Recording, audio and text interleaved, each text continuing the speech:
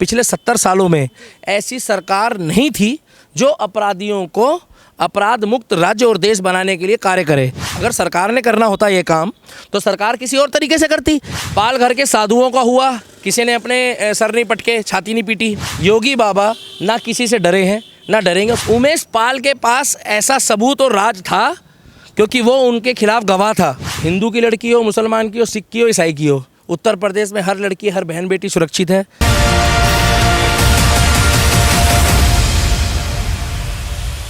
हमारे साथ दिल्ली के दीपक नाम से मशहूर दीपक जी यहाँ पर मौजूद हैं। आइए इनसे बात करते हैं और क्या इनका मानना है अतीक के मामले में और उनका जो एनकाउंटर, उनके बेटे का जो एनकाउंटर हुआ है उसके बारे में। नमस्कार।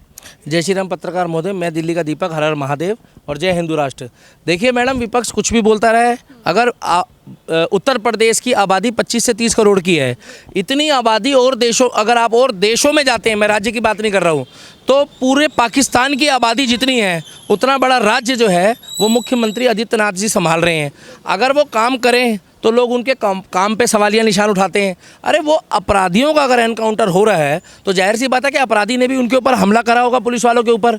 और योगी आदित्यनाथ जी से ज़्यादा श्रेय मैं उत्तर प्रदेश पुलिस को देता हूँ, उत्तर प्रदेश की क्राइम ब्रांच को देता हूँ, SIT को देता हूँ, क्योंकि उन्होंने पावर दी और उस पावर का वो सदुपयोग कर रहे हैं, वो दुरुपयोग नहीं कर रहे हैं। अगर वो दुरुपयोग कर रहे होते तो अतीक अहमद के जगह उन्होंने कोई निर्दोष व्यक्ति के, उसके बेटा जैसे बेटे का एनकाउंटर हुआ, तो जाहिर सी बात है कि अगर वो व्यक्ति आत्मसमर्पण करता या वो खुद जाके कोर्ट में पेश होता तब तो नहीं मारा जाता। आप देखोगे ना, एवरेज हर महीने 300 से 400 अपराधी जाकर उत्तर प्रदेश की जेलों में आत्मसमर्पण कर रहे हैं कोर्ट में। क्यों? कि इस डर से कि कहीं हमारा एनकाउंटर ना हो जाए, कहीं हमारे मकान पे बुलडोजर ना चला दिया जाए। अतीक अहमद भाग रहे थे, अतीक अहमद का बेटा भी भाग रहा था। कहीं ना कहीं ये खौफ जो है एक बना हुआ है। बिल्कुल मैडम, देखिए जिस तरीके से पुलिस का खौफ अपराधी को होता है, अगर अभी आप पत्रकार महोदय दूर से कोई पुलिस वाला कह रहा हो हैंड्स अप, भागना नहीं, तो क्या आप भागेंगे? आप तो खड़े रहेंगे। भागेगा कौन? हाँ, जो अपराधी होगा, जिसके खिलाफ जो है एक्शन होगा या जिसके खिलाफ इनाम होगा, जिसके लिए। क्योंकि देखिए हम लोगों के देश में ना अब तक पिछले 70 सालों में ऐसी सरकार नहीं थी जो अपराधियों को अपराध मुक्त राज्य और देश बनाने के लिए कार्य करे। अब उत्तर प्रदेश भारत का सबसे बड़ा राज्य आबादी में, 25 करोड़ की आबादी है उसकी। 25 करोड़ की आबादी में हर गली मोहल्ले में एक आध छोटा मोटा बदमाश, और जो सबसे ज़्यादा फल फूल जाए उस सरकार में वो माफिया बन जाता है, भूमाफिया बन जाता है, डकैत बन जाता है, और वो फिर बड़े बड़े काम करता है, चाहे वो हथियारों के करे, चाहे वो तस्करी के करे। इसी तरीके से अतीक अहमद जैसे 8, 10, 12, 15 वहाँ पर लोग थे, चाहे वो विकास दुबे हो, चाहे अतीक अहमद हो, और चाहे वो किसी भी मजहब का हो।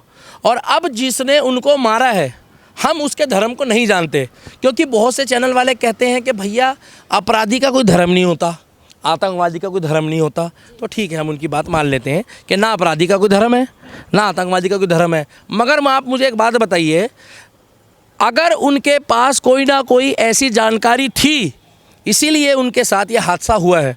पुलिस चाहती तो पुलिस उनको मार सकती थी, पुलिस ने नहीं मारा है, ना सरकार ने मारा है उनको। अगर सरकार ने करना होता ये काम तो सरकार किसी और तरीके से करती। मीडिया वालों के बीच में इतनी हिम्मत नहीं है मैडम सरकार और पुलिस की। ये ऐसा तथ्य है कि इसमें कुछ ना कुछ जो है ना ऐसी कड़ी है, जिस कड़ी के खुलने के बाद वो अपने परिवार की सुरक्षा के लिए, अपने बच्चों की सुरक्षा के लिए और बुलडोजर से बचने के लिए वो कुछ ना कुछ राज खोलता। आगे ये कड़ियाँ भी खुलेगी। मुझे ऐसा लगता है कि इसमें कोई ना कोई बहुत गहरी साजिश होगी, और उत्तर प्रदेश सरकार ने कह दिया है कि आप SIT की जांच करो, CBI की करो, मगर इसके सबूत इकट्ठे करो कि इसके साथ ऐसा क्यों हुआ है।